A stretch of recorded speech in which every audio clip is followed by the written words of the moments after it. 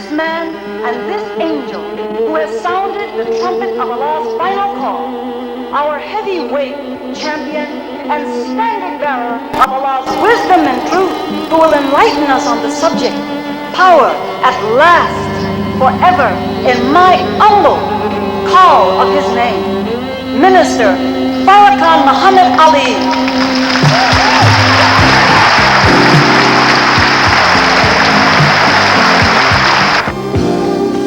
In the name of Allah, the Beneficent, the Merciful, the One God, to whom all praise is due, the Lord of the world. We thank Allah over and over again for our beloved leader, teacher, and guide, the messenger of Allah, the exalted Christ, the most honorable Elijah Muhammad. Before we begin our subject this afternoon, I would like to express my gratitude to all who made Saviours Day 1985 possible. Thanks to Allah and His Christ, without whose blessings of guidance and protection, none of this could be possible. Our heartfelt thanks to all of the laborers and followers of the Honorable Elijah Muhammad who have worked so hard throughout this past year to help us in this great work of redemption of our poor, suffering people here and throughout the world. Our thanks and appreciation to all those business persons, friends and supporters who purchased an ad in our souvenir journal, making this journal the largest in our history, and this Saviours Day, beyond a doubt, the most successful of all in our rebuilding effort.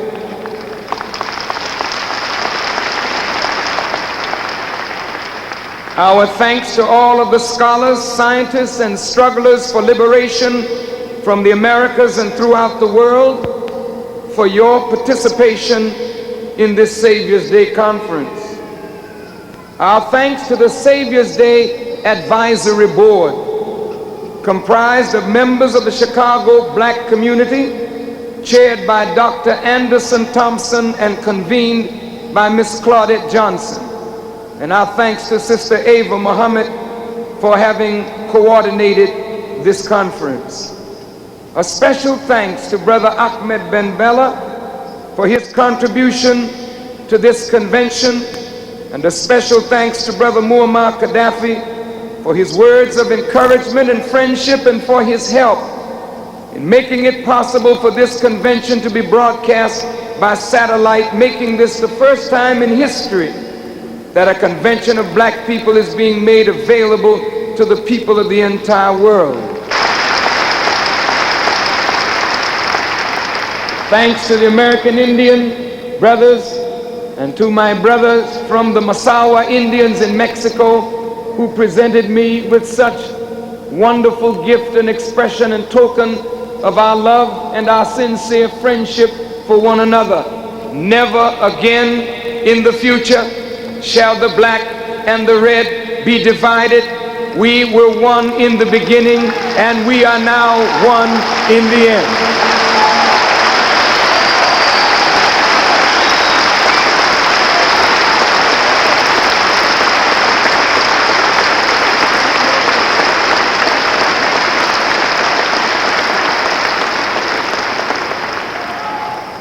I must give a special thanks to my wife, to my mother, and to my family, without whose help and sacrifice and tireless efforts, the success of this day could not have been achieved. It's a wonderful thing when a man has a wife that backs him up, and a mother who believes in him, and children who stand with him.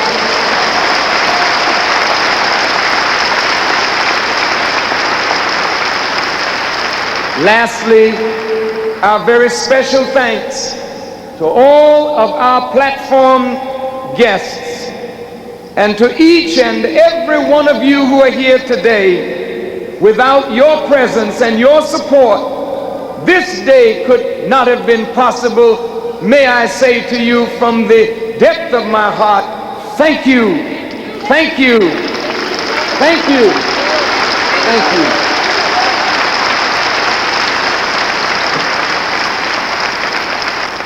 Now I notice that something is different today.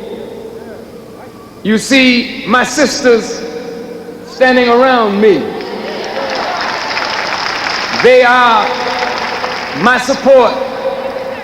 They are soldiers, willing at any time to give their lives for Allah's sake and righteousness.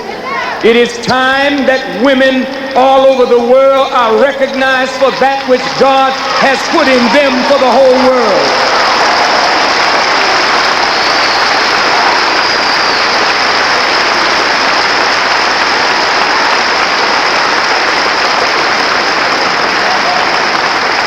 All praise is due to Allah. Never again shall we walk with our women behind us. Never again shall we permit women to be disrespected and dishonored in any society here or anywhere else on the earth. It is the time that Almighty God wants women to take their rightful place. And this is why this world is on its way to hell. It is because it has not respected the mother of civilization.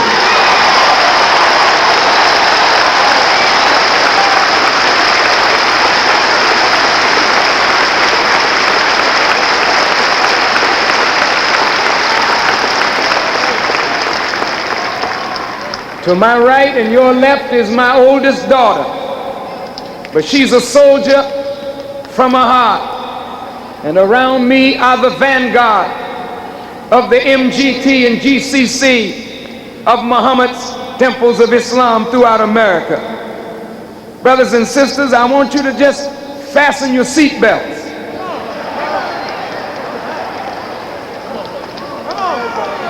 I want you to settle down, because we're about to take off. I want you to pay good attention to everything we say. Allah's manifestation and presence among us is to make us friends of each other and to make friends for us throughout the earth.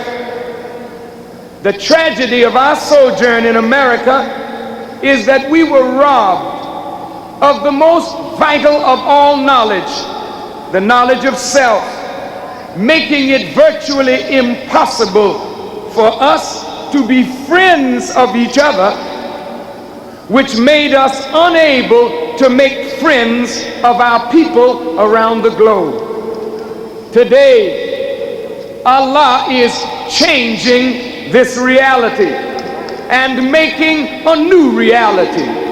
Look around you. Look at what you see represented on this rostrum and in this audience. We are finding that it has become easier now for us as black people to befriend one another. And it is now easier for us to be befriended by others. And this alone is increasing us in power.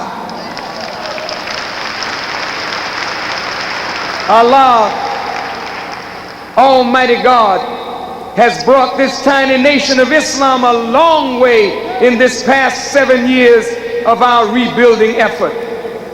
But before we go any further, we desire that you understand this terminology, Nation of Islam. All of you, my beloved brothers and sisters, as the Honorable Elijah Muhammad has taught us, are a part of the Nation of Islam. And all of you are Muslims. Well, you may ask, what do you mean by that? I'm a Christian. What do you mean by that? I'm an agnostic. We know what you call yourselves. I'm only telling you who you are. Allah, time and circumstances have made us into a nation. We have actually become a nation within a nation, with a common heritage, a common history, a common language, a common suffering, and a common destiny. So we therefore must begin to see ourselves as a nation. We must begin to see ourselves as a whole people, not as the different factions or fragments of what we represent today. This fragmentation of us, that the comparable to the tribalism that exists among the Africans and in the Americas among the Indians. No more tribalism. No more tribalism in Africa. No more tribalism among the American Indians. No more tribalism among black people in America. History teaches us that the Europeans did not become great and powerful until they outgrew tribalism and became nations linking themselves together with common purpose.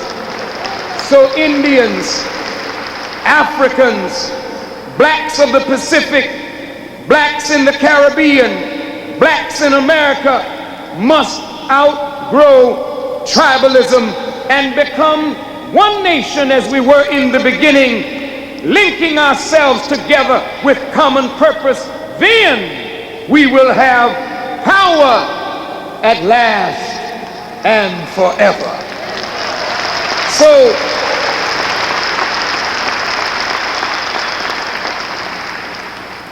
So when we speak of the nation, we are not speaking of this tiny group called Muslims.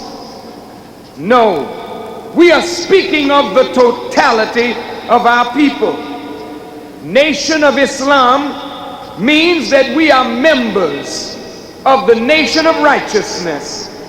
And we are being called upon today by Almighty God, Allah, to act on principles of right and justice and not to follow the destructive course of the nations of the earth. And when we say Muslim, we mean a people who are born to submit to the will of God.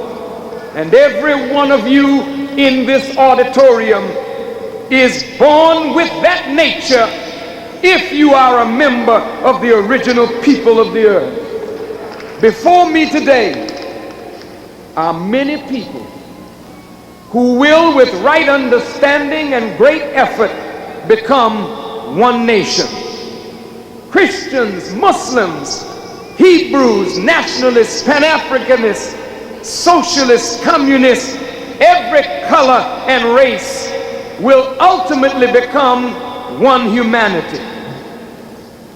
If we rightly understand and apply the principles of that man that is found in the Bible called Christ, and if we rightly understand and apply the principles of that man that is found in the Holy Quran called Muhammad, we can overcome the natural limitations of secular, national, and racial brotherhoods. Then we will become one great brotherhood. This is not a far-fetched idea. It is possible, and believe it or not, we are moving at a very fast pace, black brothers and sisters, Indian brothers and sisters, toward becoming one nation, one people, and moving on to one great humanity. Have you considered the fact that we come to birth speaking the same language? Babies don't cry in Arabic, in Swahili, in Greek, in Hebrew, in Chinese or Japanese. We all utter the same sound when we come into the world. And from this common sound, we grow into the diversity of languages. However, at the point of our death, again, all of us utter the same sound. In the beginning, we make one common sound. We move out into diversity of expression, and in the end, we return to a common sound. This is to teach us that we come from one source.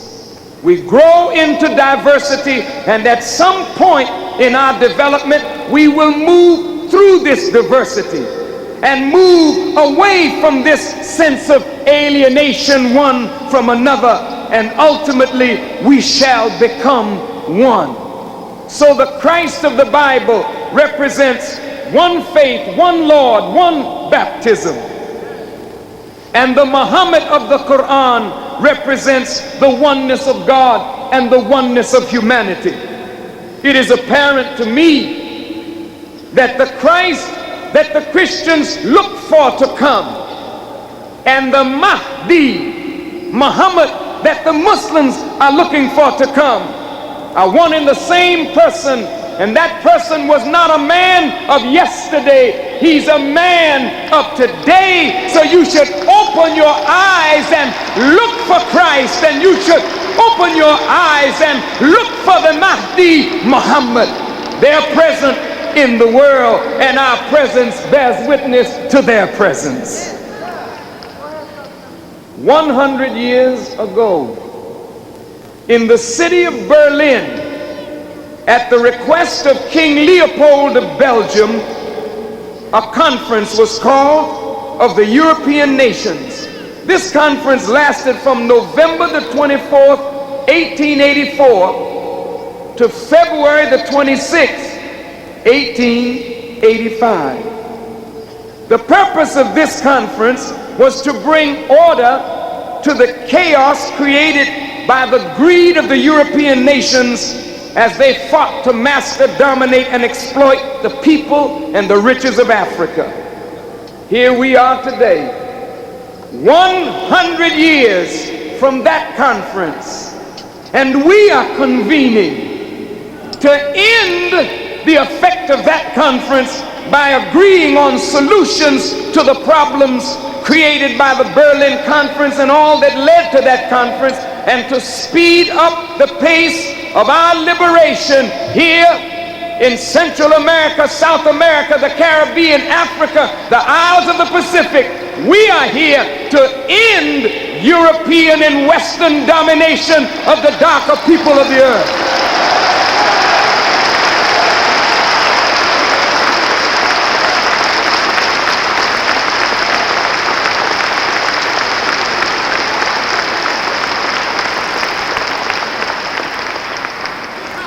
Brother Gaddafi asked the question, what did you do? What sin did you commit in words that you are created by God black? We know we made no sin. We are black because we are the original people of the earth, and without our blackness, no other color could come into existence. We understand that today. The Honorable Elijah Muhammad has said to us that the black man has not had his day in 50,000 years. He also taught us that this last 6,000 years since the making and the emergence of the Caucasian race has witnessed the complete destruction of the black man. Today, however, we are at the turning point in history. We are at that point in history that is called in the Bible and Quran the resurrection of the dead and the judgment of the world. This resurrection is not referring to an actual dead people rising from any physical grave, but it is referring to the darker people of the earth coming back into the light of knowledge as the fathers of civilization, which will enable us to unite and build a new and superior civilization. Now, this resurrection also affects the Caucasian people. The Caucasian people are now dying under the weight of their own way of civilization. However, if the Caucasian people will accept that truth that God has revealed to resurrect us from moral and spiritual death, they too can become a part of this process of resurrection. In order for man and woman in general to be uplifted from our destructive fall, to achieve true liberation and freedom from that which keeps us from being resurrected to our glorious self, all of us need power. All of us need power. The red man needs power. The black man, the brown man needs power. Even the Caucasian on another level needs that kind of power that I'm talking about this afternoon.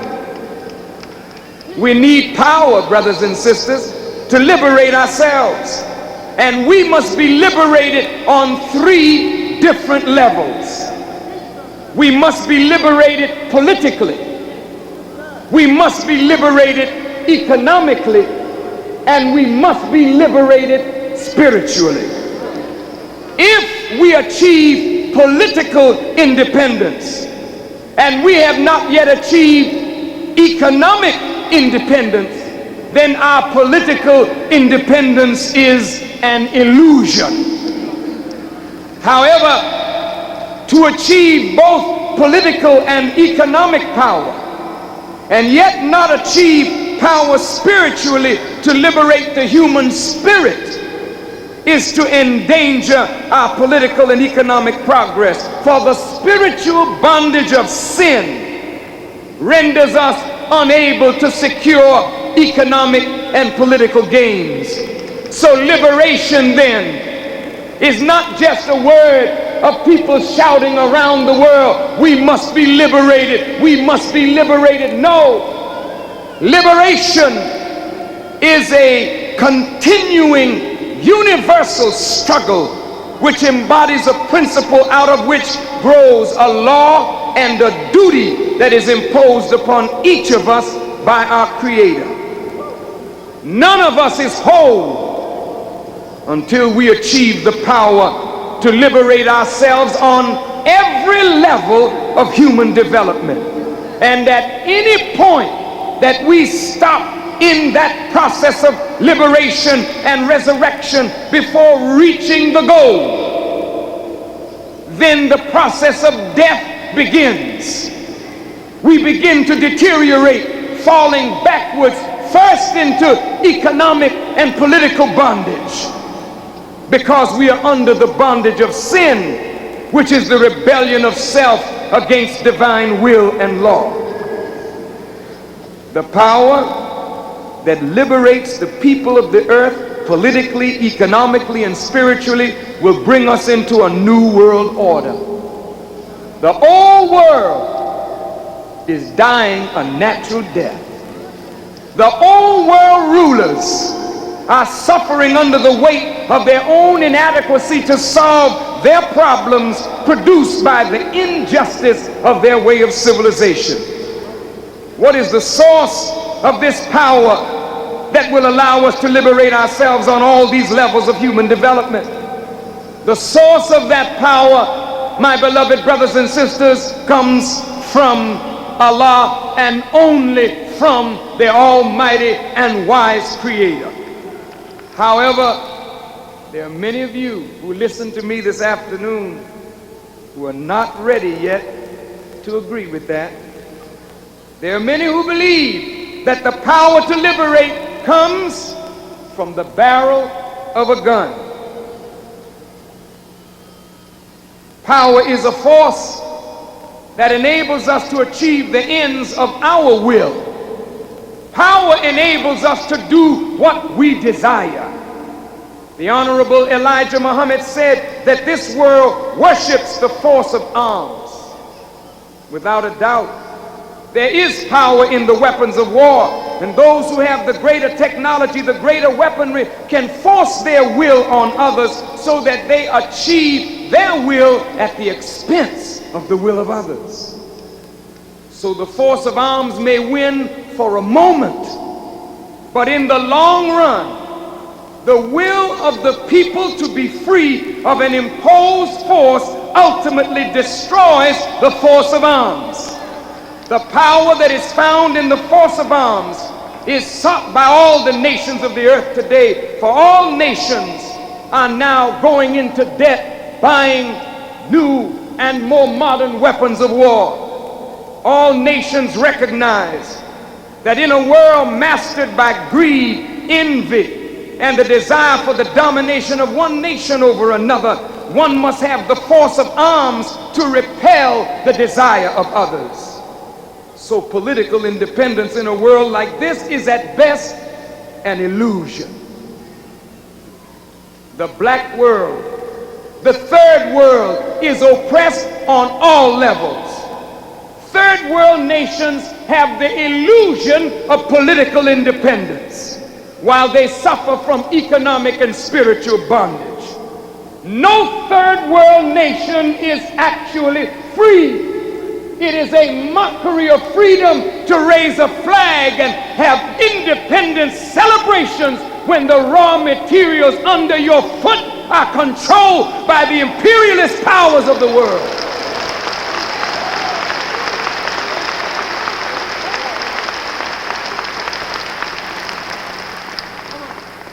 The Western nations, with the mighty force of arms, look at their condition. They are humanly in bondage to such degree that their own weapons of war do not provide them with security. So they must waste their substance to make more and greater weapons of war, still not achieving security or contentment of mind. So the Western nations suffer from the bondage of the human spirit. And now the Western world, particularly America, England, and France, and Russia, they are losing political and economic power. Any people or nation that does not respect the power that liberates the human spirit dooms themselves to destruction, feeding upon themselves, because the human spirit is dominated by avarice, greed, envy, lust, and godlessness. So this teaches us that the economic and political power of this world cannot produce a world government. It is useless for the nations to meet in New York calling it the United Nations. You do not have the capacity to produce world government. That mantle is coming away from the nations of the earth, and God is vesting that power in a new nation that is coming up in the West today, and I represent that power and that nation.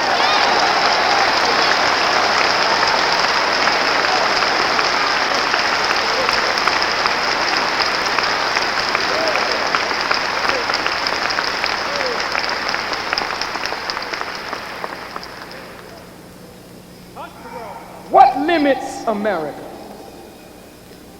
What limits England? What limits the Western world? What limits those who are caught under the strain of the ideological struggle between the East and the West? It is that these nations are not rooted in the third power, which is the power that liberates the human spirit. These nations make mockery of that third power. And it is this power, the power that liberates the human spirit, that causes man to set up a political and economic order based on the universal principle of justice. And this is why both the Bible and the Holy Quran prophesy a doom coming to this world. For where there is no justice, there is no permanence. The Honorable Elijah Muhammad has taught us that no civilization which is unjust, whose evil outweighs its good, can have any permanence in a universe constructed on the principle of justice. So when we say power at last, forever, We are not speaking only of political power and economic power, but we are talking about that third power that makes the other two powers permanent. And that is the power that liberates the human spirit.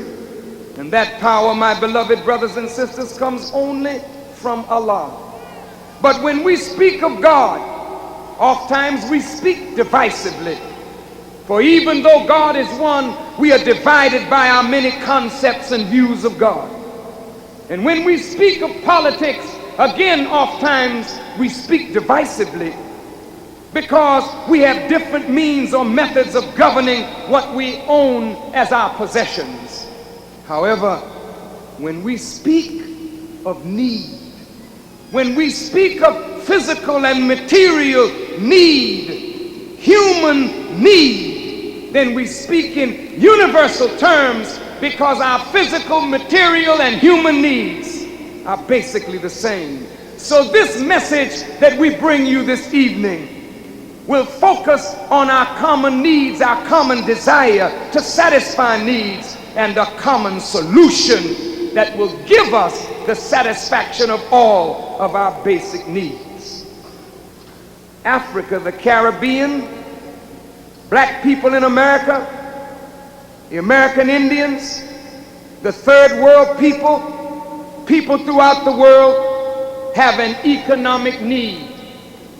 Africa has a need for the knowledge and technology that will allow Africa to take her resources and put them into her service and the service of others.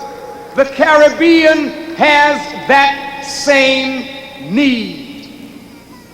Indian people in America have an economic need. Though they live on reservations, there must be the knowledge and technology to transform those reservations into actual havens for the Indian people. They need knowledge and technology. Yes, black people in America, for us, we don't have any land, no mineral wealth, but what we have as a resource is the wealth and talent of our own being, over which we have no mastery. So we must regain control of ourselves. Then we must gain control of $190 billion purchasing power that we are blessed to get out of the American economy. So let us start this afternoon with black people here in America, because black people and Indian people are a significant factor in the liberation struggle of all oppressed people throughout the world. The black people in America over the last 4 centuries of our sojourn have produced many great leaders. There are 5 great leaders who have left us 5 great legacies. These 5 great leaders are Frederick Douglass, Booker T. Washington, W.E.B. Du Bois, Marcus Garvey, and the Honorable Elijah Muhammad. Now, beloved, Frederick Douglass gave us the brilliance of oratory and the basis for protest to demand justice from a government and people who had deprived us of the essentials of life. Booker T. Washington gave us the legacy of black people being trained in agriculture and industry that the black man and woman may begin to do for ourselves. But Booker T. Washington did not necessarily agree that blacks should return to Africa, but he said we should drop our buckets down where we are, meaning that we should draw life and sustenance from the soil under our feet. Wherever we are on the earth, that is ours. Don't you ever think that the earth belongs to anyone but the righteous. Listen,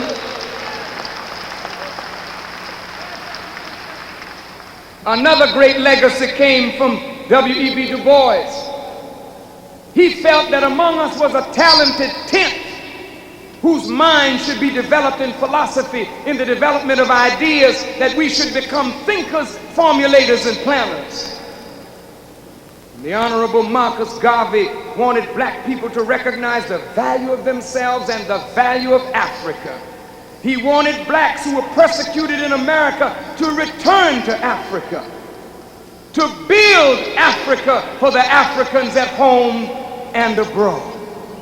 From these four great leaders and their four great legacies come the movements that flourished in the 1960s. The civil rights movement of Martin Luther King Jr. and all of the civil rights leaders springs from the legacy of Frederick Douglass and W.E.B. Du Bois. A significant economic movement, however, did not spring from Booker T. Washington. Do you know why?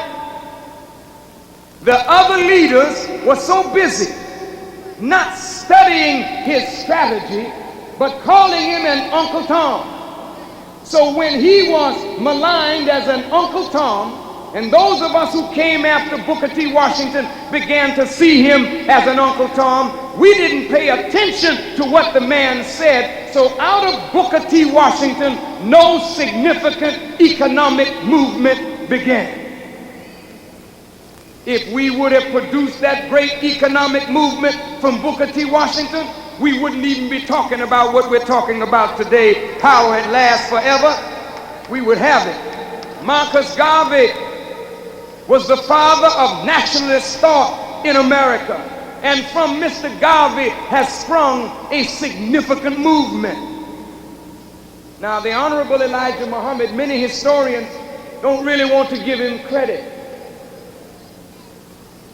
The Honorable Elijah Muhammad was similar to these four great leaders, but yet he was different. The Honorable Elijah Muhammad adapted the program of nation building with the demands of Frederick Douglass for equal justice. His program fulfilled the talented tenth concept of W.E.B. Du Bois, linking it with the philosophy of Booker T. Washington. He asked for separation, either to return to Africa or for separate states here in America. This was hard on our ears, but he also said quite subtly that he could show us how to get along better with our slave masters' children. So in the germ or the seminal stage of the teachings of the Honorable Elijah Muhammad, what we see is the synthesis of the approach of these four great leaders and their legacies, and a basis for an entirely new civilization. So what Louis Farrakhan represents today, that you consider a new direction, is nothing more than the development of the synthesis of these four great leaders and their legacies to create from this synthesis a new movement.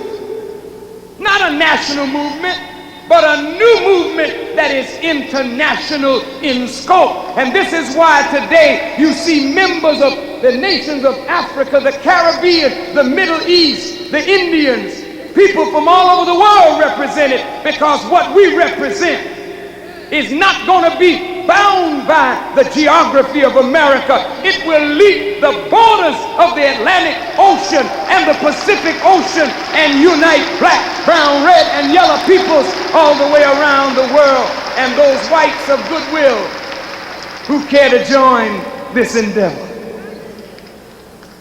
The Honorable Elijah Muhammad brought to black people in America a program that was religious, economic, educational, political, social, moral, and spiritual.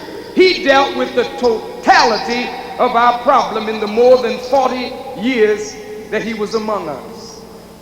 So you see, Louis Farrakhan is developing a religious synthesis so that we can bring people of various religions and expressions together for one common cause.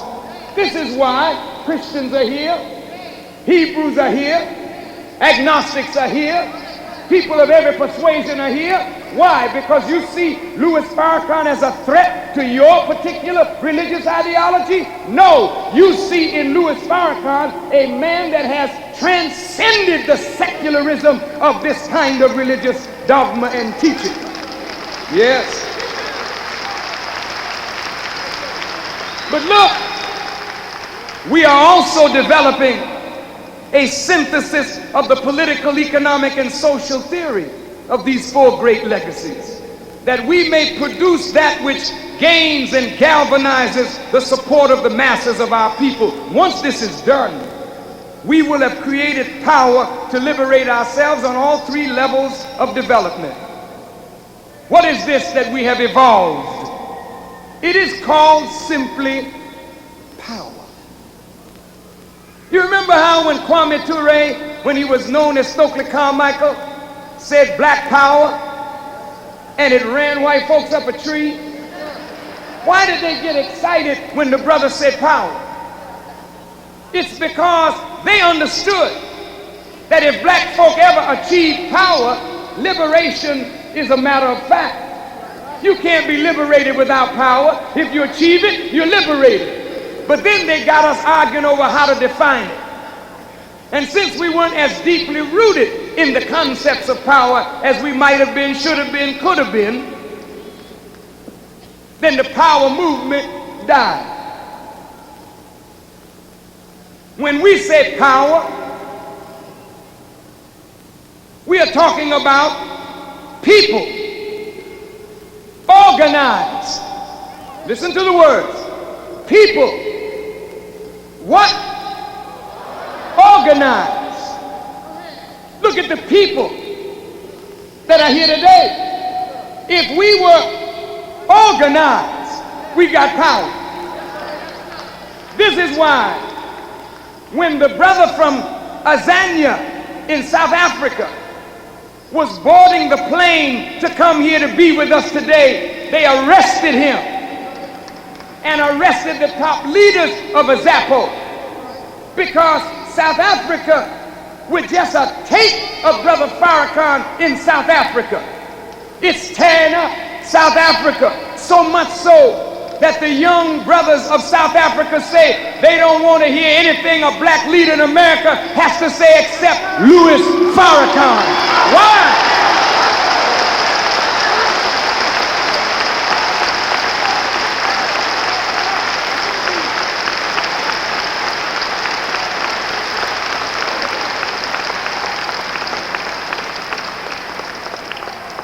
Well, what is it that I'm saying that has people shook? What is it that I am saying that engenders fear in the hearts of our oppressors? Just to mention my name, it strikes terror in the hearts of some white people. Why is that? I'm a very small man. I don't have much muscle mass. I'm a humble man. I've never hardly been in a fight in my life. Why are you so terrified at Farrakhan? You march to keep me out of the colleges. You protest, don't let them hear what Farrakhan has to say. What do you fear? I know what you fear. You fear the idea that I represent, because my idea from God and Muhammad means the end of your world.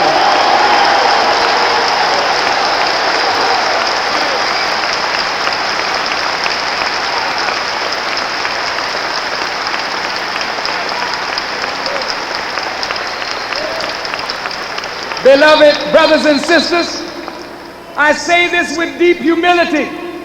It is an act of mercy for us to end the white man's world. It is mercy to white people that we end your world, because your world is killing you and us and all of humanity. We must end your world and bring in another one for your good and for ours.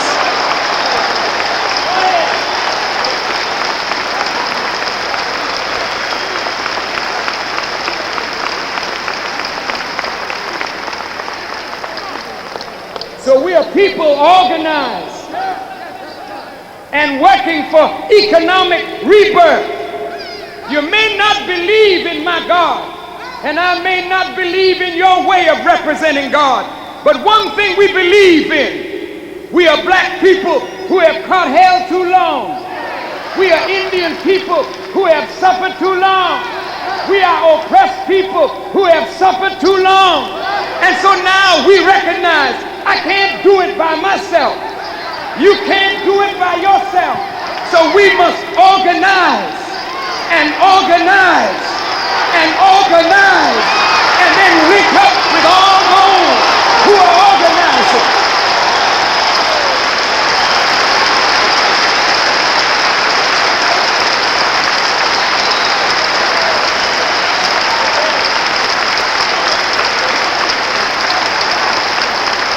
All praise is due to Allah. We as a people need to develop the institutions that will serve our people and the continuity of our struggle. All of us as a people need food, clothing, shelter, and health care to a greater degree than what we are presently enjoying. So we as a people need to develop industry that we may create employment for ourselves and our people. We can't look to the white people, to the president, to the Congress, to the state house, to the city hall, like the Bible's Lazarus sitting down at the rich man's gate, begging for the crumbs that fall from his table. You can't blame the white man if the white man won't hire you. You can't blame the white man and call him a racist because he wants to look out for his own people first. You can't blame the white man if he smacked you upside your head. After all, he said you were free 100 years ago. Why didn't you take a walk for yourself?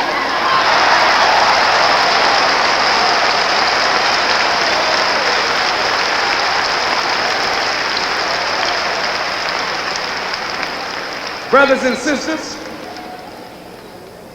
if we fail to recognize that the responsibility of feeding, clothing, sheltering, housing, and giving health care to black people is our own responsibility, the responsibility to look after what they call illegitimate babies, that's our responsibility. The responsibility to look after our wounded, our sick, our orphans, that's our responsibility. Don't put it on the white man's shoulder. It's a burden that's too heavy for him today, but our shoulders are just right to carry our own burden. The burden is on us.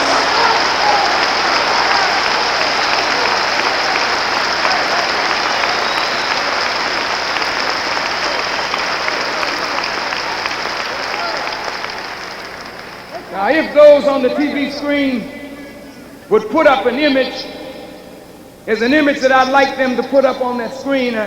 If they don't do it, let me describe it for you. I can't draw well, but I want you to picture a head. Can you see it? Just a head and a body. If you've got a head and a body, something is missing.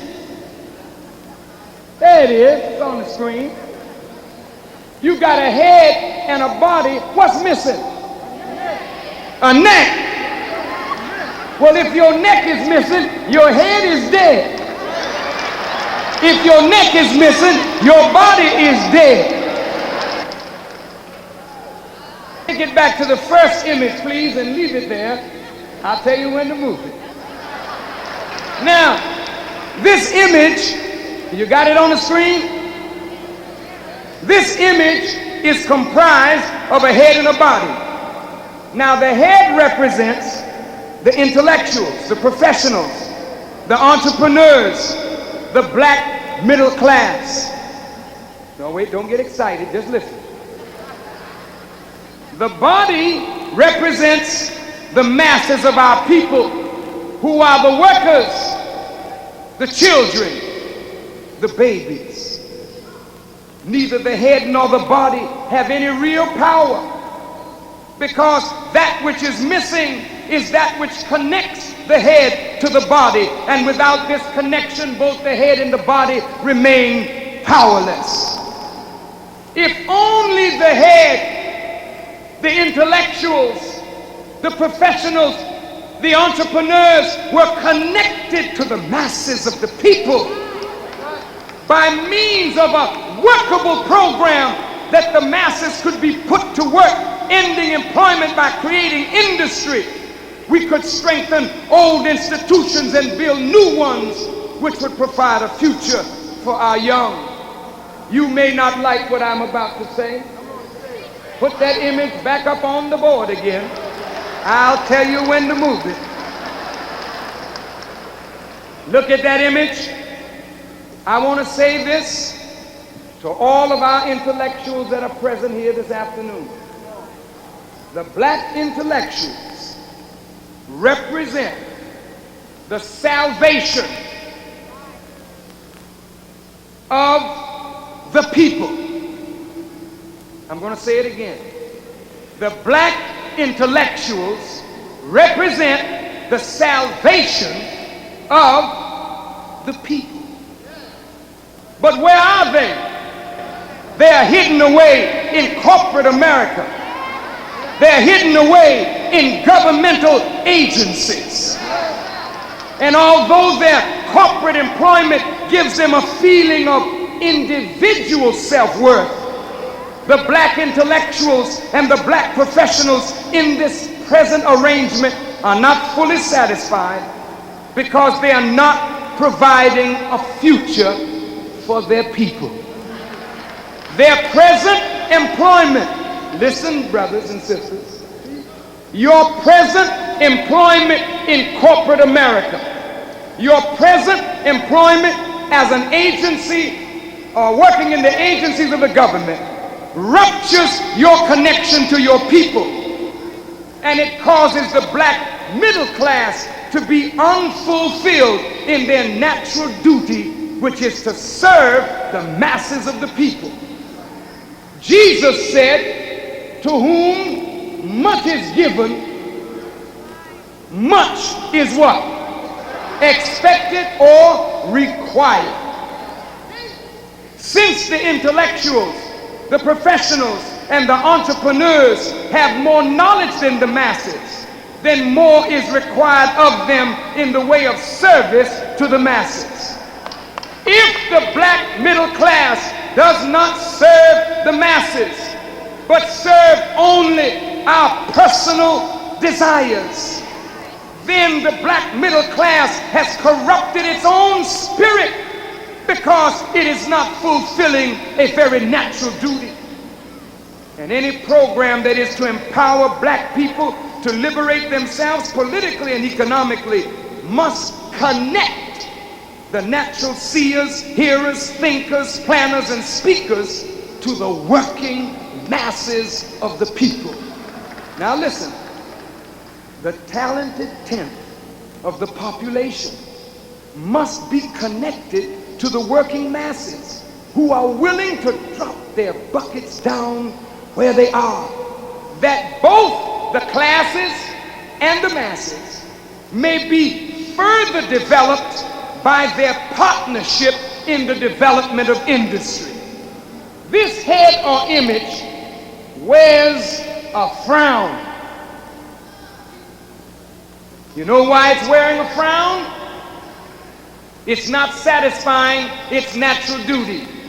Black middle class, you can dress up in fine clothes, drive nice cars, live in a nice home, talk about your bank account, talk about the material things you've acquired, but deep down inside, you know that is a facade to hide the emptiness of your soul.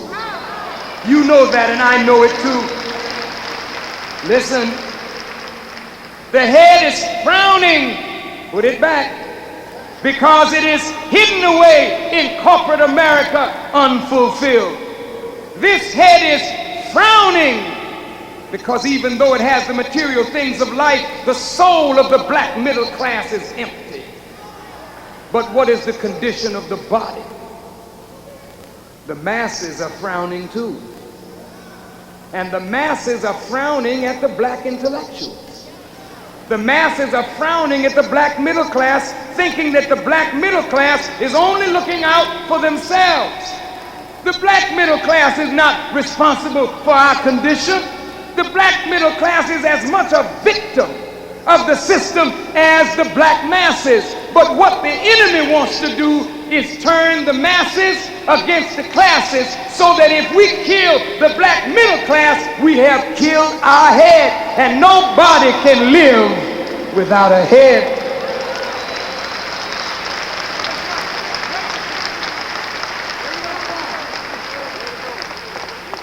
The workers are frowning because the workers are unemployed.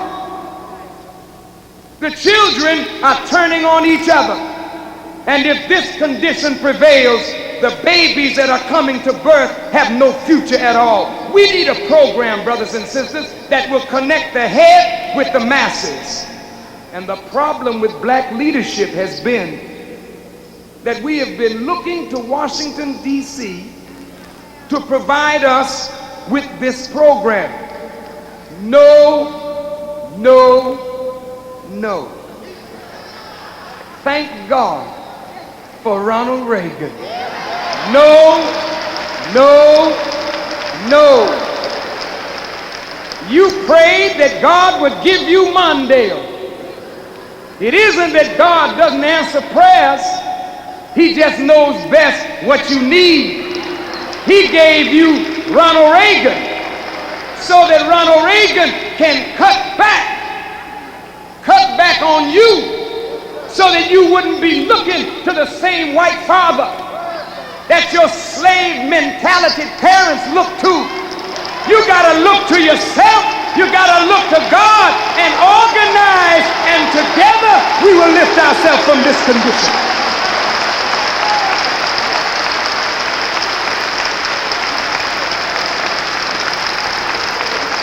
Now,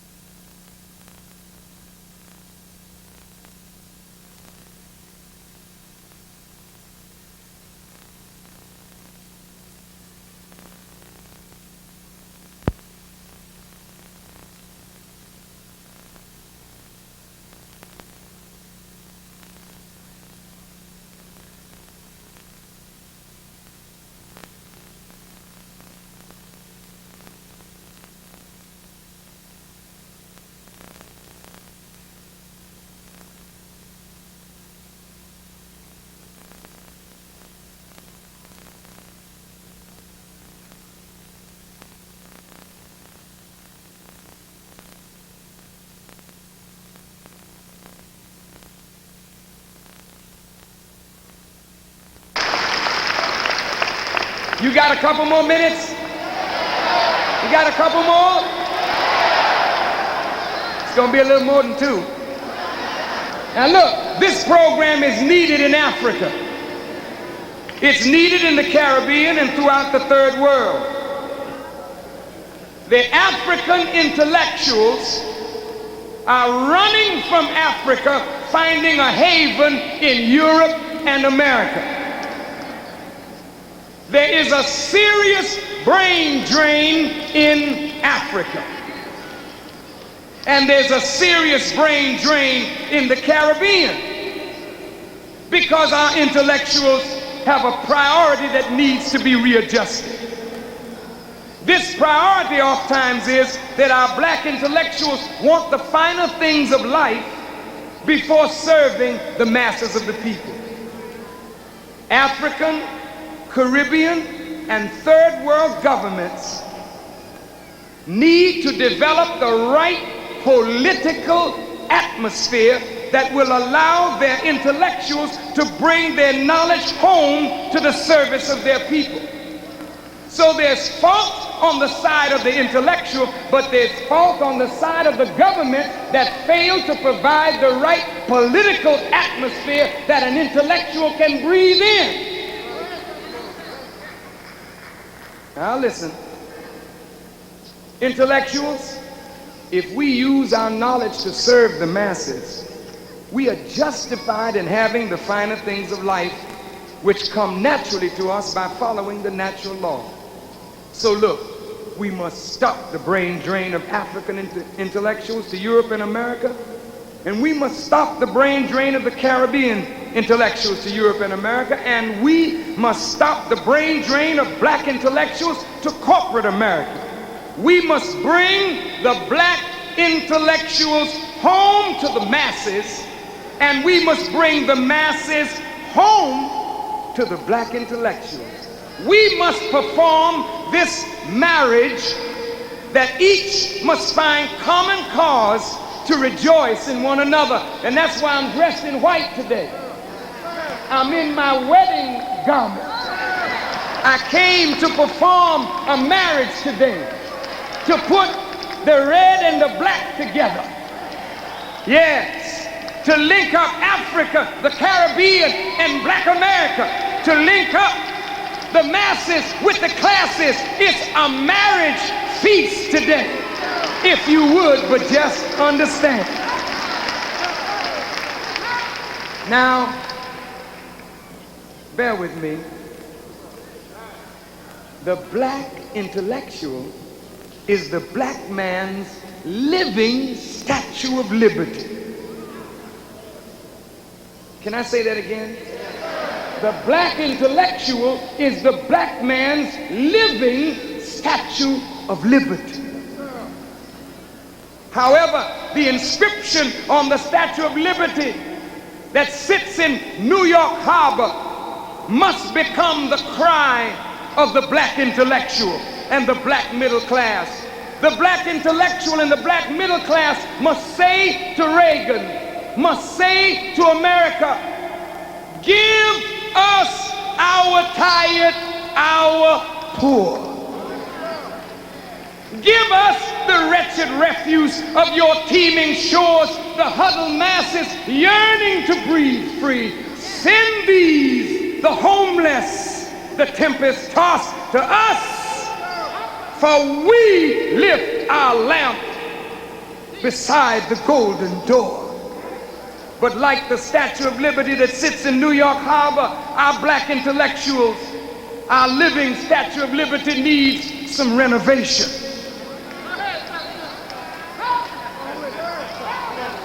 Our black intellectuals need a little renovation work. Somebody's got to build a scaffold because they're getting a little shaky. Hold them up. Maybe their crown is getting a little weak and about to fall off. Maybe they're tired holding the light for themselves. And you're always going to get tired if you hold the light only for yourself. You need renovation. In fact, you need a new light to enable you and our people to see their way to liberation. And you need strengthening of your outstretched hand that you may hold up the torch of black liberation, that we may use our knowledge to create the opportunity for the masses of our people to come to economic birth and empowerment. What program will connect our intellectuals and our black middle class to the suffering masses? Show me that neck up on that screen, please. What program will relieve the frown of the head and the frown of the body? We say to the world that we have that force and that program in this concept called power. The acronym POWER stands for people organized and working for economic rebirth. That's the neck. We got a program now that will connect the head to the body. This concept that we call power will enable us to become producers of what we consume. For it is only through our becoming producers that we will earn the respect of self and the respect of others. It is foolish for us to say to white people that they must respect us. when we are not doing that which commands respect. Listen now, please. I know that Caucasian people will respect you. They have the power and the capacity to respect you. I know that Asians and other peoples of the world have the capacity to respect us. But the burden is on us. This producing of respect in others for us begins with self-respect. And it is an act of self-respect to begin to produce our own needs. The largest black business entity, Johnson Publishing Company, grossed $118 million last year, and Johnson Publishing Company hires approximately 1,500 people. Johnson Products, right here in Chicago, hires approximately 500 people, and Johnson Products gross approximately 45 million people. Soft Sheen, M&M Products, and Proline hired approximately 2,000 people. Their gross was approximately $120 million.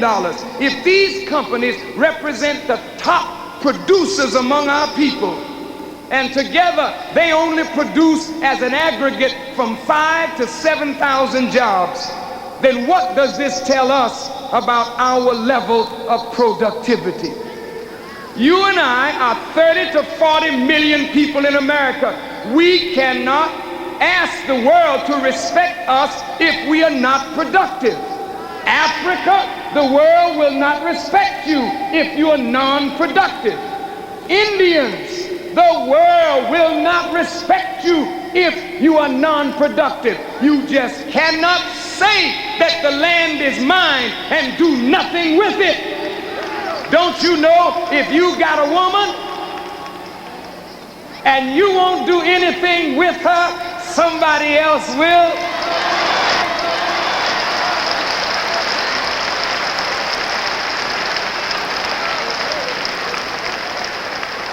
And don't you know if you've got land and won't use your land, somebody else will use it for you? I'm sorry, the knife of justice cuts on both sides. You can't just walk on the land and say the land is mine. You must develop the land. Make the land sustain you and your children. Then you've got something to argue about. Black people have been the mammies of this society. Do you know what I mean when I say mammies? In case you don't, during slavery, our black mothers would put the child of her white slave master on her black breast, and her milk would nourish the little white child to strength. And oftentimes this little white child, nourished to strength from milk coming from a black woman and her breast, would turn on its mammy and disrespect her. We are a community that have nursed and continue to nurse other people to economic strength in America. The Jewish merchants who immigrated to America at the turn of the century were disrespected. However, they looked at you and me and saw that we were not providing goods and services for ourselves, so they came into our community providing goods and services for us. So the strength of our purchasing power went to many Jewish merchants who built themselves and their communities up on the strength of our purchasing power. And now this tiny Jewish community of only 6 million in number has an inordinate degree of political power because they learned to maximize their economic strength. And when the rebellions broke out in 64, 65, and 66, many of the Jews moved out of the black community. The Palestinians who were left homeless in the establishment of the state of Israel along with Lebanese and other Arab refugees from the torn areas of the Middle East. They came to the United States seeking advantage for themselves. And you know what? They looked around and found that we were providing no goods and services for our community. So here again, the Arab people now in the black community are nursing themselves to strength economically from the purchasing power of black people. Now we as a people feel that Jews, Arabs, and Asians who provide us with goods and services should respect us. In one sense, we are correct. However, in the deepest sense of the word, we have not done what earns respect. And if we want respect, we're just gonna have to do it the old-fashioned way. We're gonna have to earn it.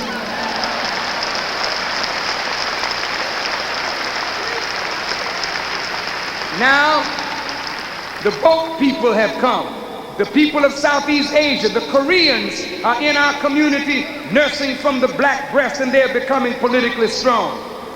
Since others have come to strength by serving our needs, and since we are an undernourished and powerless community, it makes a lot of sense to me that we should put ourselves on our own breast and make ourselves economically and politically strong. Now, in order to do this, we must make the $190 billion purchasing power of black people work for us. We have got to develop an economic movement which will provide a structure around which we spend more and more of our dollars with black professionals, black merchants, black manufacturers, black entrepreneurs.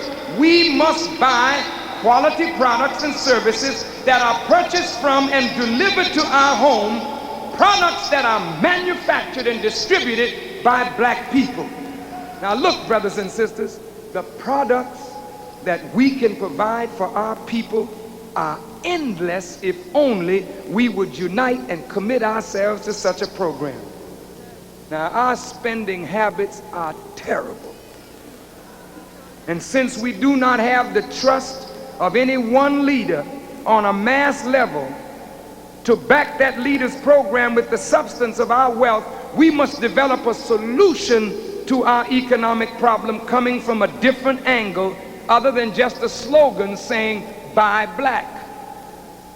People will never buy black if they can get it cheaper from white. So, we must compete for the dollars that black people spend by producing products that are superior in quality and competitive in price. We must produce an atmosphere that will cause our people to spend their money with their own. But we've got to start like a farmer who recognizes that he cannot use up the total yield of his cornfield, but must save a portion of that corn to plant it again for another harvest. Now, how will we get the seed money to produce our needs? The Bible says, in the beginning was the Word. The Word was with God, the Word was God. But the Bible also said that the Word became flesh and dwelled among men. This tells us that the Word has force and power, but the Word must become reality and dwell among the people. As leaders, we must not only conceptualize and talk about the suffering of our people, we must develop and put into practice principles that will alleviate the suffering of which we speak. I'm traveling across America today, calling black people to ranks. I am searching for 144,000 workers, 144,000 doers who will help me to reestablish black people to our former economic and commercial greatness, and by doing that, lay the basis for the establishment of a government of peace, the kingdom of God on earth. How many of you who are here today will help me to produce this economic movement for the rebirth of our people. Would you raise your hands up high? How many of you are willing to do that? Thank you. Now look, brothers and sisters, I'm not asking you to join a church. I'm not asking you to join a mosque or a temple or a synagogue. I'm asking you to join me in an endeavor that will liberate our people economically, politically, and spiritually. I'm asking you to join with me and others to become people who are organized and working for economic rebirth. Now, this power is not a slogan or a proclamation. The structure of it I cannot reveal at this time, because there's nothing more that our enemies would like would be to have some way to kill this thing in its infancy. However, before the end of 1985, all black people in America and throughout the world will have a complete, full knowledge of power, and every black person in America will understand why we must become people organized and working for economic rebirth. The movement of power is designed, and the foundation has already been laid by some of the most brilliant minds among our people, past and present. This is not some vain ego trip of a handful of people. It is the working of Almighty God. So I ask you again, how many of you would be willing to help me in this work? Would you just raise your hands? Look at that. Just look at that. Okay, right now, power needs two things. Two things. First, we need to reach the mass of our people with this message. Second, we need money. Hold on. Now, we have designed a specific program that will accomplish both needs at the same time. How many of you remember the Iranian Revolution under Imam Khomeini? How many of you have heard about Imam Khomeini? You know what brought him to power? He came to power through a word spoken by the Imam, distributed on a cassette tape. Here again, Imam Khomeini proved that the word is more powerful than the force of arms, because the word carried an idea whose time had come, and the people rose up, and all the power of the Shah could not stop them. And it was done by means of a cassette tape. How many of you own or have access to a cassette player? Would you just raise your hands? Look at that. Practically everybody. Now look, brothers and sisters, the cassette tape is the only effective means whereby people out of power or control of major mass communication facilities can communicate a single unedited message to a target audience at some level of affordability. A cassette tape allows us to communicate to the masses of black people in a way that we can have control over the content and the timing of the message. And with the power of this word, we will develop black people into one mind, one body, one spirit. This represents a power that can't be stopped. That's what happened in Iran, and that's what's about to happen in America. Now, I don't want you to think that our objective is to overthrow the United States government. Our objective is to awaken the masses of the people to the applied principles of unity and self-reliance, which will produce economic rebirth. The second thing we need is money. We can't do anything in America without money, and that includes the work of God. I'm asking all of those who desire to help me create this economic movement to make a $10 contribution in exchange for this tape that you received when you came in. That's all I'm asking you to do. And then when you go from this auditorium tonight, I want you to call 5 people that you know. Tell them I was there, I heard Farrakhan. Look, man, there's a movement, we got to get down with it. Tell them that you want them to purchase this tape and give a $10 contribution. And with all of us doing this across the country, we create the seed money necessary to develop products to begin producing our own needs. Now, dear brothers and sisters, last year we spent nearly $4 billion for shampoo, toothpaste, hand and body lotion, mouthwash, powdered detergent, all-purpose cleaner, bleach, dishwashing detergent, liquid detergent, bar soap, insecticide, cooking oil, and a few other products. $4 billion. Do you mean that we don't have a chemist among us that we can make toothpaste, mouthwash, shampoo, hand and body lotion, powdered detergent, bar soap, insecticide? What's the matter with us that we can't provide the things that we consume? Of course we can. Last year, listen to me now. Last year, do you know how much you spent for food and non-alcoholic beverages? We spent, listen to the figure, $44 billion on food and non-alcoholic beverages. Where's your beverage company? And why are the black farmers dying in America when we are eating all this food? Don't you realize, brothers and sisters, that the black farmers are dying and we are putting our lives in the hands of the merchants of death who place profit over the health of the people?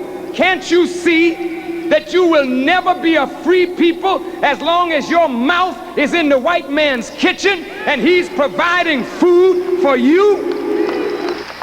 Hitler used ovens. You're too hip to go to an oven today on the pretext that you're having a shower. So the wise, diabolical enemy poisons you through your need for food with chemicals that you have no knowledge of how they act and react in your body. 30 years ago, black people hardly had anything called cancer.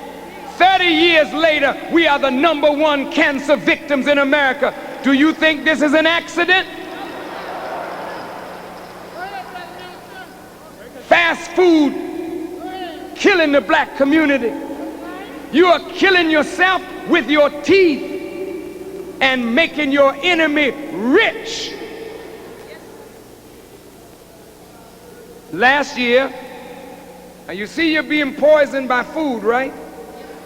Last year, we spent, listen, $9 billion on alcoholic beverages.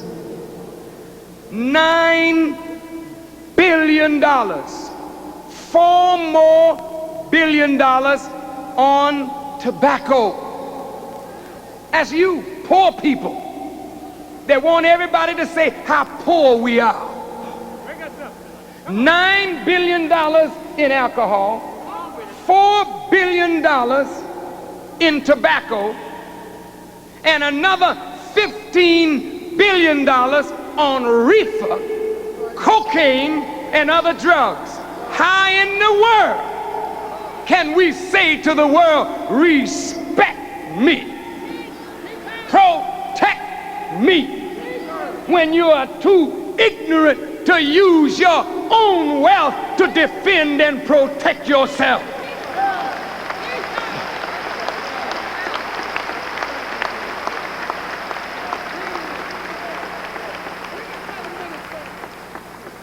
Now just suppose we produce some products that will capture some of this money and bring it back to us. Then we could produce the products that we consume, and we could capture some of the money through distributing the product directly to the consumer.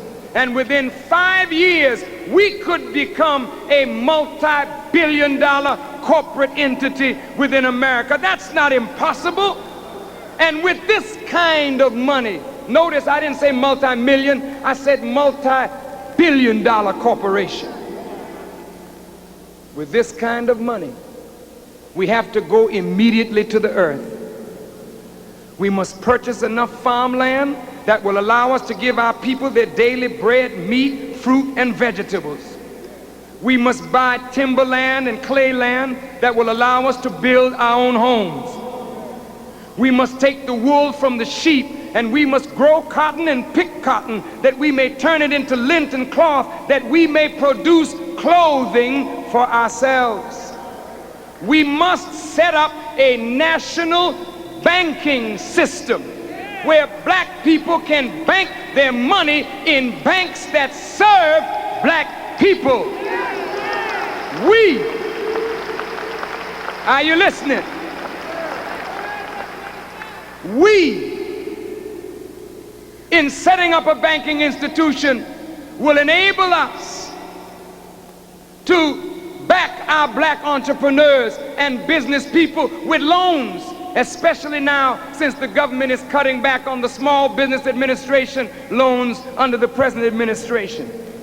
And by channeling our purchasing power back to ourselves, there will be no more need for us to cry out to the mass media and condemn them for not giving us a healthy image in their newspapers, in their television screens, and on their radios. With these billions of dollars redirected, we could establish a network of black-owned radio and television stations. We could send up our own satellite and give ourselves a healthy image here and around the world. With these billions of dollars redirected, no black college would have to close, and no black president of a college would have to demean himself by going to a state capitol with his hat in his hand, begging for some state funds to control the kind of education that black children are getting. With these billions redirected, we could take control of the education, and black people, we must take control of our education, for only when we control it can we produce students who will bring the benefit of their knowledge home to the black community, to the Indian community, to the African community, to develop our own raw materials. And so I say to you, beloved, by our unwillingness to do for ourselves, to develop an economic and political force among ourselves, we are actually contributing to America's death sentence. We believe that America suffers from spiritual bankruptcy, moral decline and decay, and her policies reflect this spiritual bankruptcy and moral decline. I, like Herbert W. Armstrong, Billy Graham, Jimmy Swaggart, Oral Roberts, Jerry Falwell, and other white evangelists, see a very dark day coming for America if America does not heed the call to return to sound moral and spiritual principles. And if America refuses to accept good spiritual advice and continues with her bankrupt policies, then America will lead herself to further ruin, creating further insecurity, deepening her political and economic fall. The whole of Western civilization is in crisis. It is dying a natural death because the natural force of life is wearing away the logic upon which the Western world rests. No nation needs to lift a hand against her, for she's destroying herself by a natural process of decay. So in our liberation efforts, we the black, we the Indians, must see ourselves in the global context of our strategic significance to America and the world. listen carefully, we must give our expertise to Africa to help develop the raw materials of Africa. And Africa must give the strength of her development to the development of black people in America. Through this power program, we want to call all black intellectuals, technicians, masters of technology of every kind, and we will set up a skills bank. And we will ask our African brothers and sisters, what do you need? And when you tell us in the Caribbean what you need, in Africa what you need, we'll pull it up on the computer and say to our black brothers and sisters, come on out of corporate America. Come on out of serving the government and let us serve the universal rise and liberation of black people everywhere on the earth.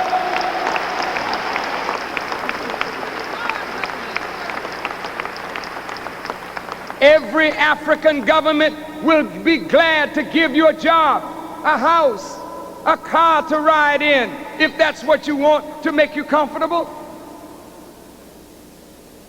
The Caribbean will give us, our intellectuals, a house, a car to ride in. Let's go and develop the resources of the Caribbean, the resources of Africa. But we say to you, if we help you develop those resources, then those resources jointly belong to us and you in a partnership. It's your resource, but you couldn't develop without the technology. We bring the technology, you got the resource, then you just can't develop the resource. Thank our black intellectual and tell us go back. You must then work with the strength of your developed resources to develop black America, the Caribbean, and so black people all over the world can be lifted up together as a whole. And now, I come to the final phase of this lecture. I come to talk to you about the final power, the third power, the power that liberates the human spirit. When something is augmented to the third power, that's a great power mathematically, for the third power is the cube of the root. When we gain the power to liberate the human spirit, we have developed the necessary power to produce a new political and economic order. This new order comes to birth out of the freeing of the human spirit. I, Louis Farrakhan, say to the press and to the people here this afternoon, I'm not anti-Semitic. I really don't know what you're talking about. If I criticize Jewish policy or Jewish behavior, don't paint me with a brush and say, there, he's an anti-Semite. This allows Jews to conveniently cover themselves up by throwing a cover over the one who can correct their misbehavior in the world. I'm not anti-Semitic, but I am anti that which robs the Palestinians of a homeland. I cannot say that I am for the freedom of black people and not be for the freedom of Palestinians or any oppressed people on the earth. Why should you fault me for that when 800,000 Jews agree with Louis Farrakhan that the establishment of the state of Israel is not the biblical fulfillment of prophecy? The men who established that state were not God-fearing men at all. They were godless men who used God's name as a cover for their wicked deed of robbing and displacing the natural inhabitants of Palestine. No.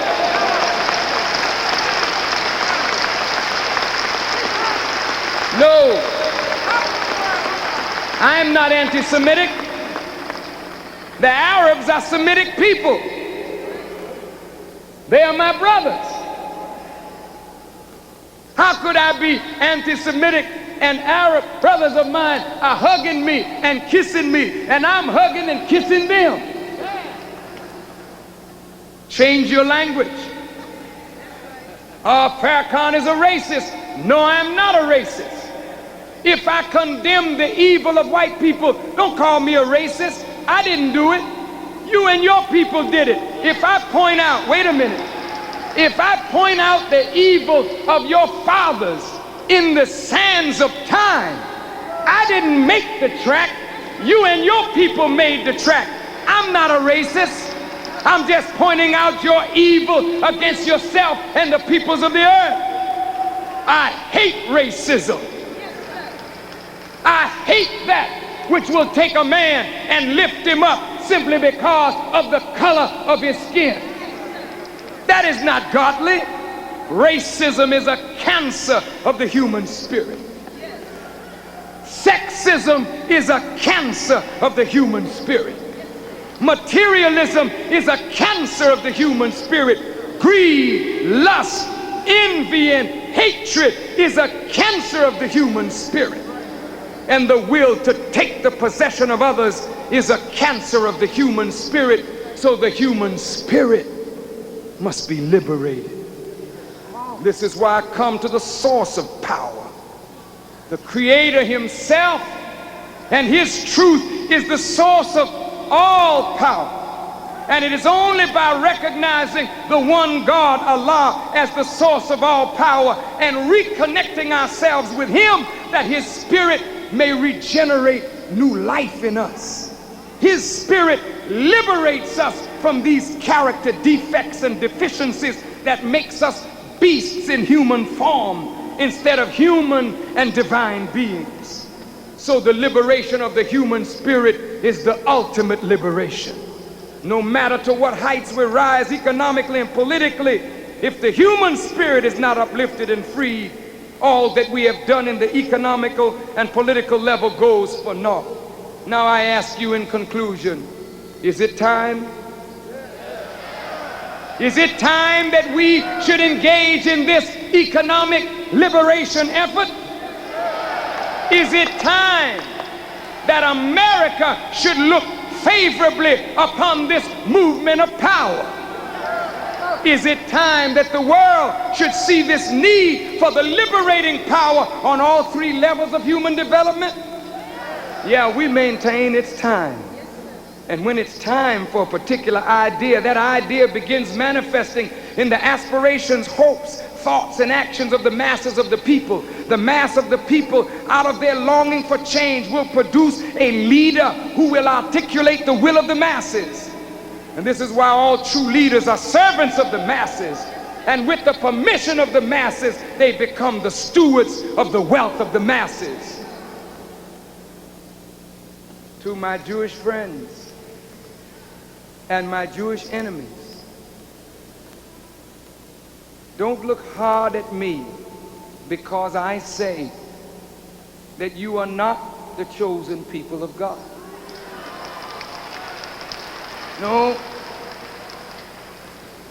you did not fulfill directly the prophecies that are written in the book called Torah, that is found repeated again in the Holy Quran. No, I'm saying to the Muslims that are present, to the Christians that are present, to the Jews or Hebrews who are present, look, that Bible teaches you that the people of God would go into bondage 400 years in a strange land. They would be afflicted in that strange land 400 years.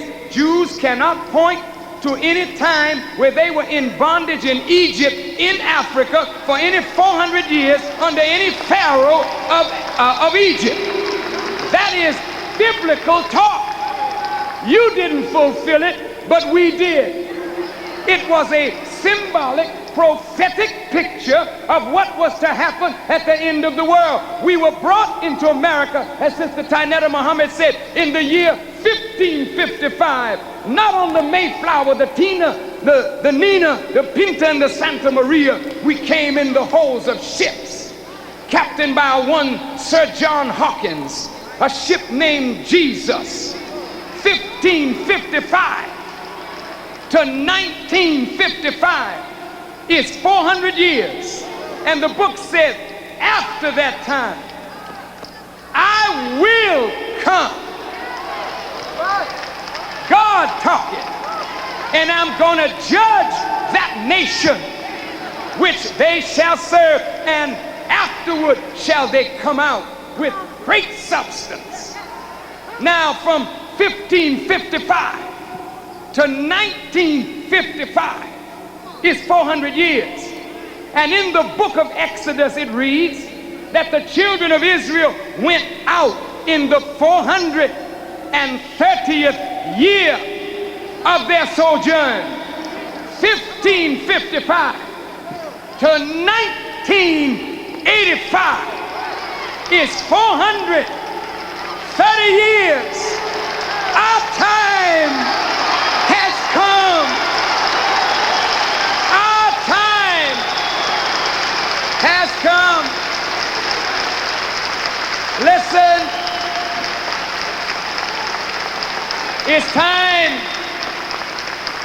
for an exodus. What you mean? That's all right, you may take your seats. Just one of the climaxes before the climax.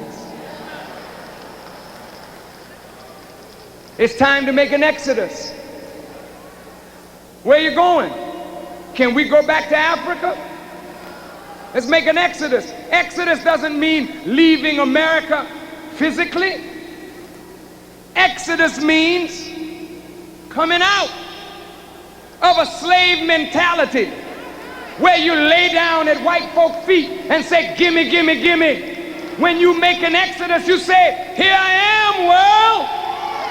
I'm a man now. I am free and I will make my own way. I'm coming out of corporate America. I'm coming out of serving my slave master's children. I'm making my exodus out of the way of life of drugs and filth and degeneracy and freakishness. I'm coming out of the world. Come out of her, my people, that you be not partakers of her sins and her plagues. Come out of corporate America and give your skills to Africa, the Caribbean, to the Indians, and to yourselves. Now, what should President Reagan's response be to this? As we leave you this afternoon, let us focus on our dear president. Yes, sir. What should Mr. Reagan's response be to what we've said? America is in the throes of divine judgment at this moment precisely because America and her leadership does not recognize the time and what must be done. So if we help America to see, we help America to live, for where there is no vision, the people perish. It's clear to us, the children of slaves, that the leadership of America has lost its vision. It's time that we develop friendship with the nations of the earth, and they will help us. America, don't get mad with us if we make friends with Brother Gaddafi and the Libyan people, if we make friends with Egypt and Morocco, Saudi Arabia, if we make friends with Liberia, Nigeria, Cameroon, Guinea-Bissau, Guinea, Angola, Mozambique, Kenya, Tanzania, Uganda, Congo, Zaire. Don't get angry with us if we make friends with Jamaica, Trinidad, Barbados, Antigua, Montserrat, St. Kitts, Nevis, Puerto Rico, Cuba. Don't get angry with us if we make friends with Nicaragua, El Salvador, Mexico, Guatemala, Costa Rica. Don't get angry with us if we make friends with Paraguay, Uruguay, Colombia, Venezuela, Brazil. Don't get angry with us.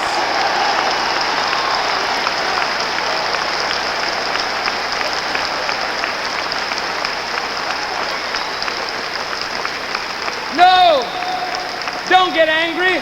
God is bringing us out today with great substance. But we say to our Arab brothers, please listen. You say you will help us. We need that help. We cannot use lip service. We cannot use spit. Spit cannot germinate a seed. It takes water in a proper measure to germinate life, and we cannot build an economic movement on token help. We do not need a token of your love. We need a full expression of your love. In my humble judgment, since we helped America to become rich and powerful and to maintain her world position, it would only be an act of kindness if America would help us to produce for ourselves. I think Mr. Reagan should help black people to help themselves. Mr. Reagan, you're right. We don't want a handout. Mr. Reagan, you're right. We don't want to exist on welfare. Mr. Reagan, you are right. We can do better for ourselves. Mr. Reagan, you are right. Now, what are you going to do to help the black people to help you and your fathers to do for themselves? If the government helped us to do for ourselves, we could generate self-respect.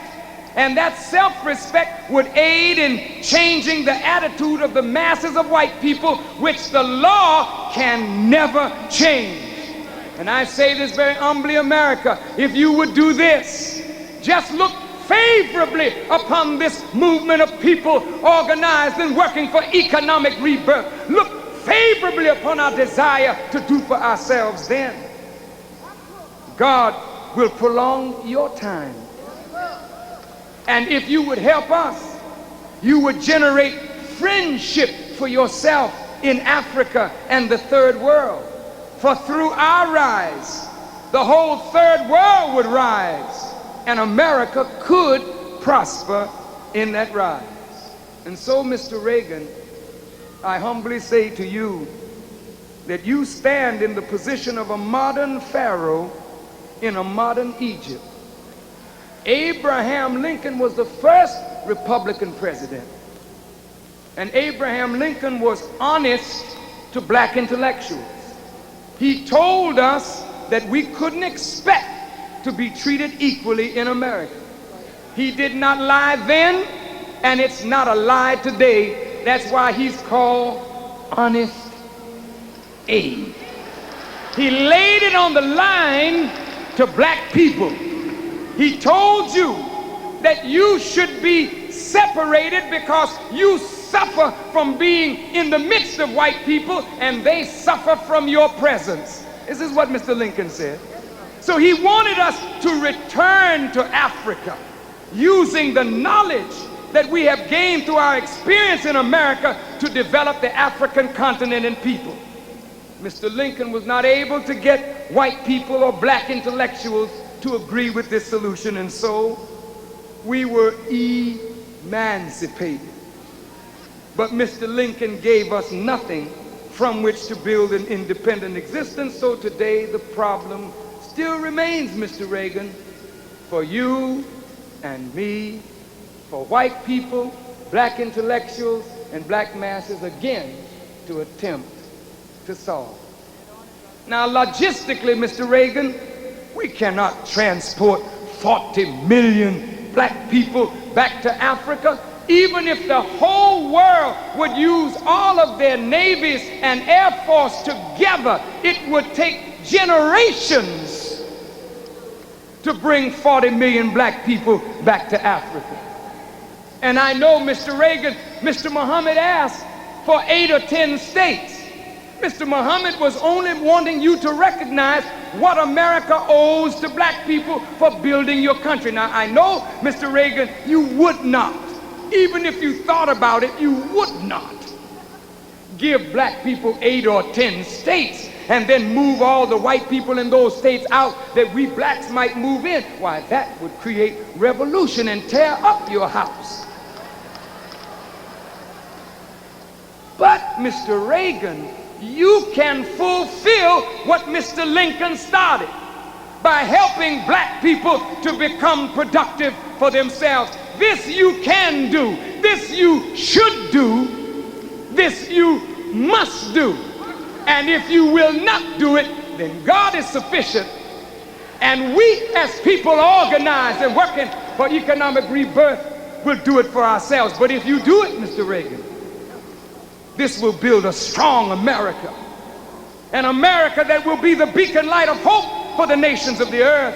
But I humbly and respectfully say to you, Mr. President, that if we are opposed by the government and her agencies in our effort to do for ourselves, which is a duty imposed on us by our Creator, then Allah's judgment will overtake you, Mr. President, and America, and as a people, including the 2 million Indians, for the sake of our own survival, we will have to fight you, America, for our own survival. We will fight you for our survival.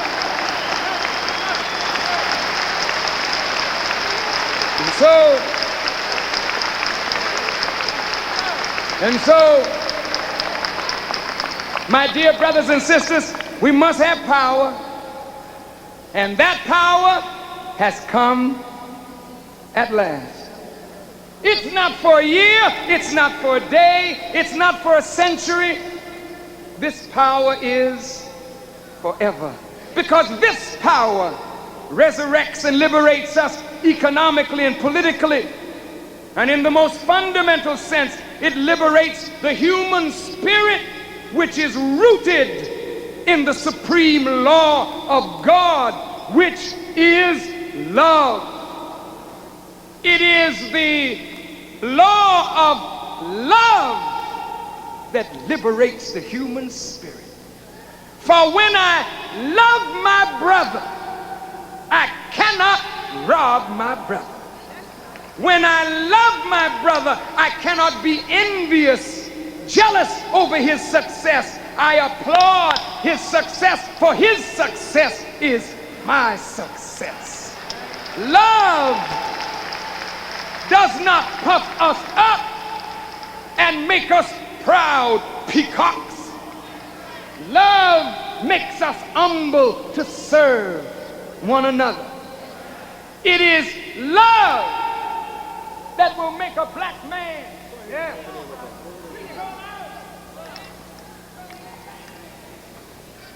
To hold the hand of an Indian brother and embrace that brother in the love and friendship and unity of one united family. It is love that liberates the human spirit. It is love that links the Indian of North America with the Indian of Mexico. It is love that puts us all together. It is love, keep standing, that reaches into the Caribbean and said, no more Jamaica, Trinidad, Barbados, St. Kitts Islands squabbling against one another. It is love that links the brother in the Caribbean with the brother in America and all of the islands together, linked up with the Indians. It is love. It's love that reaches out for the Virgin Islands and hooks us up. It is love that reaches out for the Palestinians and hooks us up. It is love that reaches out for a fellow brother in struggle, the one, the only, P.O.W.E.R. It is love that got us together. It's love that keeps us together. It is love that makes a Muslim find common cause with a Hebrew. It is love that unites our hearts. We'll never let each other go. This is the power that liberates the human spirit. It is love that brings us to Liberia, where our fathers went and established it. We will never be separated. Africa and Black America, we are one. It is love that brings Africa together as one united Africa. One united Africa. It's love. It is love, sister, that makes a black man honor and respect his black woman and bow to her as the mother of his life, as the author of his existence. It is love, brothers and sisters. It is, thank you, it is love that takes Christians and Muslims, agnostics and nationalists and Pan-Africanists and middle class and working class and no class. It is love that liberates the human spirit. And by liberating the human spirit from these cancerous diseases, we ensure that we shall have power. It has come at last, and that power is forever. Thank you for listening, and may Allah grant you the light of his understanding as I greet you in peace in the Arabic language. Assalamu alaikum.